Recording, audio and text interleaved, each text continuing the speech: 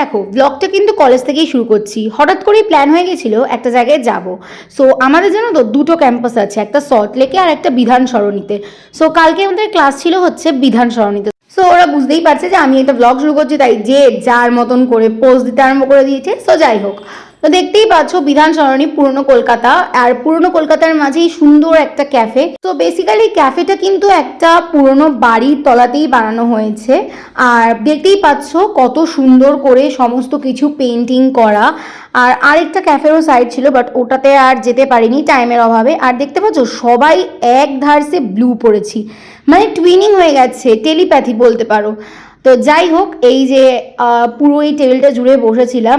আর খাবার দাবার মোটামুটি ভালোই ছিল। তোমরা গেলে একবার কখনো বিধান সরণিতে বৈঠকখানা ক্যাফেটায় ভিজিট করতে পারো। এই যে মেনু কার্ড তোমাদের দেখিয়ে দিচ্ছি, খুব পকেট ফ্রেন্ডলি, মানে স্টুডেন্টদের জন্য খুবই পকেট ফ্রেন্ডলি দামে এই ক্যাফেটা।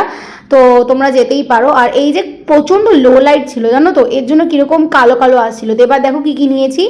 Butter toast, chicken momo, chicken cheese Maggi, fish finger, মশলা কর্নও ছিল, কিন্তু সেটা না আমি ক্যাপচার করতে ভুলে গেছি, মানে খাওয়ার এত তাড়া লেগে গেছিলো।